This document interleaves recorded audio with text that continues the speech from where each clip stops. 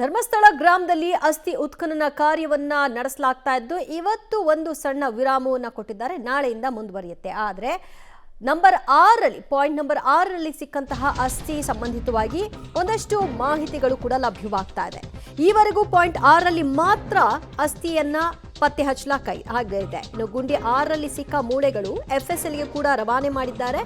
ಸಿಕ್ಕಿರುವ ಅಸ್ಥಿ ಅದೇನು ಪಾಯಿಂಟ್ ನಂಬರ್ 6ರಲ್ಲಿ ಸಿಕ್ಕಿತ್ತು ಅದು 40ರಿಂದ 50 ವರ್ಷಗಳ ಹಿಂದಿನದ್ದು ಅನ್ನುವಂತಹ ಮಾಹಿತಿ ಸಿಗ್ತಾ ಇದೆ. 40 ವರ್ಷಗಳ ಹಿಂದೆ ಶವವನ್ನ ಹೂಳಲ್ಪಟ್ಟಿತ್ತ ಅನ್ನುವಂತಹ ಶಂಕೆ. ಪ್ರಾಥಮಿಕ ಮಾಹಿತಿಗಳ ಪ್ರಕಾರ ಇದು ಪುರುಷನ ಅಸ್ಥಿ ಪಂಜರ ಅಂತ ಕೂಡ ಗೊತ್ತಾಗ್ತಾ ಇದೆ. ಇನ್ನೊಂದು ವಾರದಲ್ಲಿ ಹೊರಬರುತ್ತೆ ಅಧಿಕೃತ ಮಾಹಿತಿ. ಆ ನಂತರದಲ್ಲಿ ಇದು 40ರಿಂದ 50 ವರ್ಷಗಳ ಹಿಂದೆ ಹೂಳಲ್ಪಟ್ಟಂತಹ ವ್ಯಕ್ತಿಯ ಶವನ ಅನ್ನೋದು ಕೂಡ ಖಾತ್ರಿಯಾಗುತ್ತೆ. ಪ್ರಾಥಮಿಕ ಹಂತದಲ್ಲೇ ಇದು ಪುರುಷರ ಒಂದು ಶವ ಅನ್ನುವಂತಹ ಮಾಹಿತಿ ಕೂಡ ಸಿಕ್ಕಿತ್ತು. ಈಗ ಇನ್ನಷ್ಟು ಅಧಿಕೃತ ಮಾಹಿತಿ ಹೊರಗೆ ಬರಬೇಕು. ಆದರೆ FSL ಟೀಮ್ನಿಂದ ಸಿಗ್ತಾ ಇರುವಂತಹ ಒಂದಷ್ಟು ಮೂಲಗಳ ಮಾಹಿತಿ ಪುರುಷರ ಒಂದು ಅಸ್ಥಿ ಪಂಜರ ಅದು, ಜೊತೆಗೆ 40ರಿಂದ 50 ವರ್ಷಗಳ ಹಳೆಯದ್ದು ಅನ್ನುವಂತಹ ಮಾಹಿತಿ ಸಿಗ್ತಾ ಇದೆ. ಆದರೆ ಈ ವ್ಯಕ್ತಿ ಹೇಳ್ತಾ ಇರೋದು 20 ವರ್ಷಗಳ ಹಿಂದಿನ ಕಥೆಯನ್ನ. ಆದರೆ ಇದು 40ರಿಂದ 50 ವರ್ಷಗಳ ಹಿಂದಿನ ತಲೆಬುರುಡೆ ಅನ್ನೋದು ಖಾತ್ರಿ ಆದರೆ ಆಗ ಈ ವ್ಯಕ್ತಿ ಹೇಳ್ತಾ ಇರೋ ಕೇಸ್ಗೂ ಆ ಸಿಕ್ಕಿರುವ ಅಸ್ಥಿ ಪಂಜರಕ್ಕೂ ಲಿಂಕ್ ಇರಲ್ಲ. ಅದು ಖಾತ್ರಿ ಆಗಬೇಕು ಅಂದರೆ FSL ಅಧಿಕೃತ ಮಾಹಿತಿಯನ್ನು ಕೊಡಬೇಕು. ಮತ್ತಷ್ಟು ಮಾಹಿತಿ ಪಡೆಯೋಣ ನಮ್ಮ ಪ್ರತಿನಿಧಿ ಸುಖಪಾಲ್ರಿಂದ. ಸುಖಪಾಲ್, ಇಲ್ಲಿಯವರೆಗೂ 10 ಕಡೆಗಳಲ್ಲಿ ಅಗೆಯಲುವಂತಹ ಕೆಲಸವನ್ನ ಮಾಡಲಾಯಿತು. ಆದರೆ ಎಲ್ಲಿಯೂ ಕೂಡ ಪರಿಪೂರ್ಣವಾದಂತಹ ಸಾಕ್ಷ್ಯಗಳು ಸಿಕ್ಕಿರಲಿಲ್ಲ 6ರ ಒಂದು ಪಾಯಿಂಟ್ನಲ್ಲಿ ಹೊರತಾಗಿ. ಈಗ ಅದು ಕೂಡ ಈ ವ್ಯಕ್ತಿ ಮಾಡ್ತಾ ಇರುವ ಆರೋಪಕ್ಕೆ ಲಿಂಕ್ ಇರುವಂತಹ ಸಾಧ್ಯತೆಗಳು ತೀರಾ ಕಡಿಮೆ ಅಂತ ಹೇಳಲಾಗ್ತಾ ಇದೆ.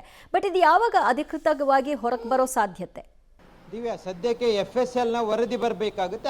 ಆ ಬಳಿಕ ಕನ್ಫರ್ಮ್ ಆಗಿ ಒಂದು ಈ ಇಡೀ ಪ್ರಕರಣದ ಬಗ್ಗೆ ಮಾಹಿತಿ ಸಿಗುತ್ತೆ. ಆದರೆ ಈಗ ಸದ್ಯಕ್ಕೆ ಆತ 6ನೇ ಪಾಯಿಂಟಲ್ಲಿ ಸಿಕ್ಕಿರುವಂಥ ಒಂದು ಕಳೆಬರ ಏನಿದೆ, ಈ ಕಳೆಬರನ ಈಗ ತನಿಖೆ ನಡೆಸಿದಂಥ ಸಂದರ್ಭದಲ್ಲಿ ಇದು ಸುಮಾರು 40ರಿಂದ 50 ವರ್ಷಗಳ ಹಳೆಯದು ಅನ್ನುವಂಥದ್ದು ಈಗ ಗೊತ್ತಾಗಿರುವಂಥದ್ದು. ಇದರ ಅಧಿಕೃತ ವರದಿ FSLನ ವರದಿ ಬಂದ ಬಳಿಕ ಗೊತ್ತಾಗುತ್ತೆ. ಆದರೆ ಆತ ಹೇಳಿರುವ ಪ್ರಕಾರ ನಾನು ಕಳೆದ 20 ವರ್ಷಗಳಿಂದಲೂ ಆ ಸ್ಥಳದಲ್ಲಿ ಧರ್ಮಸ್ಥಳ ಗ್ರಾಮದಲ್ಲಿ 100 ಶವಗಳನ್ನು ಹೂತಾಕಿದ್ದೇನೆ ಅನ್ನುವಂಥದ್ದನ್ನು ಆತ ಹೇಳಿದ್ದಾನೆ. ಹಾಗಾಗಿ ಈಗ ಸಿಕ್ಕಿರುವಂಥ ಮೂಳೆಗಳು ಆತ ಹೇಳಿರುವಂಥ ಏನು ಶವ ಇದೆ ಅದಕ್ಕೆ ಖಂಡಿತವಾಗಿ ಹೋಲಿಕೆ ಆಗುವುದಿಲ್ಲ. ಯಾಕಂತ ಹೇಳಿದರೆ ಆತ 20 ವರ್ಷದ ಹಿಂದೆ ಹೇಳಿರುವಂಥದ್ದು, ಸಿಕ್ಕಿರುವಂಥ ಮೂಳೆಗಳು 40ರಿಂದ 50 ವರ್ಷದ್ದು ಹಳೆಯದಾಗಿರುವಂಥದ್ದು. ಹಾಗಾಗಿ ಅದಕ್ಕೆ ಖಂಡಿತವಾಗಿಯೂ ತಾಳೆ ಹಾಕಲಿಕ್ಕೆ ಆಗೋದಿಲ್ಲ.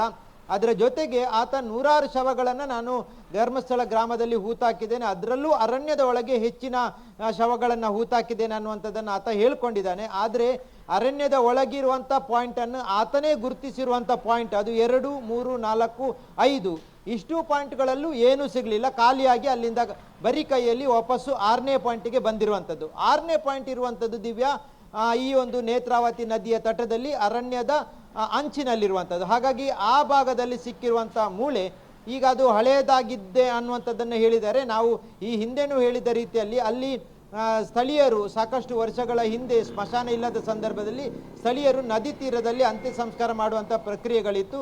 ಅದರ ಉಳಿದಿರುವ ಅವಶೇಷಗಳು ಆಗಿರುವಂಥ ಸಾಧ್ಯತೆಯೂ ಇದೆ. ಈಗ ಅದು ತನಿಖೆಯ ನಂತರ ಗೊತ್ತಾಗುತ್ತೆ. ಆ ಬಳಿಕ 7ನೇ ಪಾಯಿಂಟ್ ಆಗಿರಲಿ, 8ನೇ ಪಾಯಿಂಟ್ ಆಗಲಿ, 9 ಆಗಲಿ, 10 ಆಗಲಿ, ಇದರಲ್ಲಿ ಎಲ್ಲದರಲ್ಲೂ ಯಾವುದೇ ರೀತಿಯಾದಂಥ ಕಳೆಬರಗಳು ಪತ್ತೆಯಾಗಿಲ್ಲ. ಆತ ಹೇಳುವ ಪ್ರಕಾರ 100 ಕಡೆಗಳಲ್ಲಿ ಶವಗಳನ್ನು ಹೂತಾಕಿದ್ದೇನೆ ಅನ್ನುವಂಥದ್ರಲ್ಲಿ ಆತ 13 ಪಾಯಿಂಟ್ಗಳನ್ನು ತೋರಿಸಿದ್ದಾನೆ. 13ರಲ್ಲಿ 10ನ್ನು ಈಗಾಗಲೇ ಅಧಿಕಾರಿಗಳು ಉತ್ಖನನ ಮಾಡಿದ್ದಾರೆ.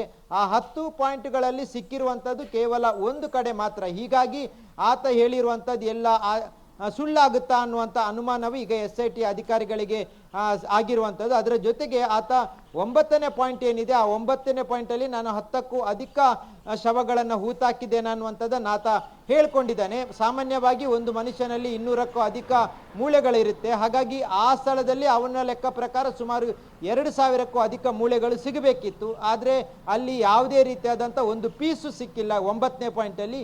ಹೀಗಾಗಿ ಈತ ಹೇಳಿರುವಂಥದ್ದು ಎಲ್ಲವೂ ಅನುಮಾನ ಸೃಷ್ಟಿ ಮಾಡ್ತಾ ಇದೆ.